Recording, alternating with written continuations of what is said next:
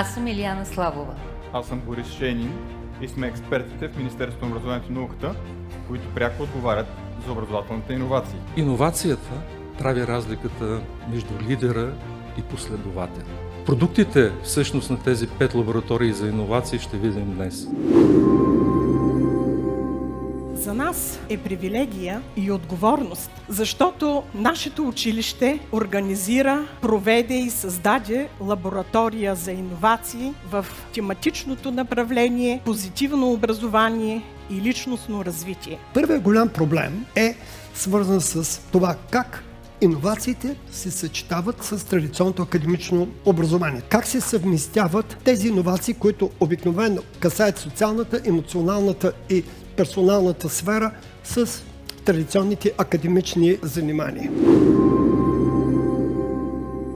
За мен е истинско удоволствие да ви представя процесите и дейностите в лабораторията за иновации по предприемачество и финансова грамотност. Това е нашата гордост от добрата съвместна работа, която направихме и която продължава. Защото нашата цел не е издаването на пътеводителя, а неговото непрекъснато обогатяване. Ние непрекъснато общуваме, срещаме се и продължаваме да мислим за това как да помогнем на повече училища да вземат частица от това, което ние им споделяме и показваме, и да го използват в обучението на своите ученици. Нашите учители, нашите училища създават изключително добри практики, които не само се конкурират, а надминават онези в международно ниво.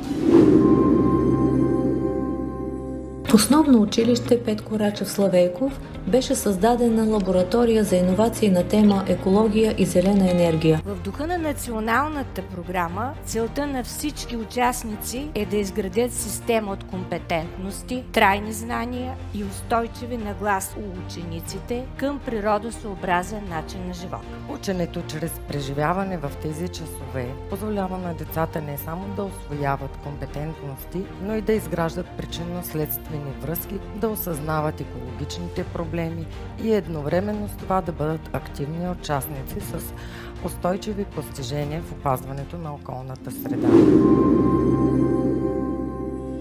Това, което правим, работата с образа, гледане на филм, наистина провокира децата те да се идентифицират, те да припознаят теми във филма, които са близки на тях и така стигаме до едни общо философски теми, които да развият ценностна система. В хода на урока, когато започнахме да работим, изведнъж се оказа, че децата станаха много активни. Те започнаха да се включват, работеха като един екип заедно. Децата се изслушваха, не се надвикваха, идеите не идваха аз ще предложа едно, но другия ще каже друго. Напротив, те доразвиваха всяка идея. Нашето училище бе домакин на една от 5 лаборатории за иновации през тази година. Вървим заедно по пътя на промяната на българското образование. И разбира се, в тази посока обучението определено става полезно, интересно, завладяващо. И всичко това, уважаеми колеги, води до сигурна промяна на стандартният образователен процес. Уебсайтът събира на едно място интердисциплинарни практики, идеи за ученически проекти, електронни образователни ресурси, електронни книги и решава сериозният проблем на колегията да достъпва такъв тип материали, събрани на едно място, безплатно, на български език.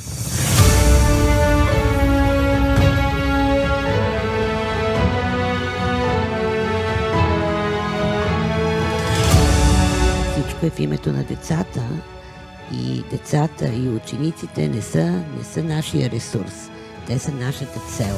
Ние ще бъдем образователните иноватори, а не последователи на една или друга учебна програма и учебно съдържание.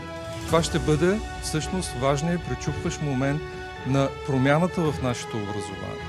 Защото тя зависи от всички нас, от учители, от родители, от директори на образователни институции, от социалните партньори, от неправителствените организации, които се посветили на този сектор. Това е промяна, която започва и която вече се случва и то на много високо ниво, европейско и световно ниво в българското образование. През следващата година ще продължим и с още 6 лаборатории за иновации, които са свързани също с много важни иновации в световното образование. Ние вярваме, че както казва Махатма Ганди, бъдещето зависи от това, което правиш днес. Благодарим ви за вниманието и за търпението. Довиждане и до нови срещи от нас.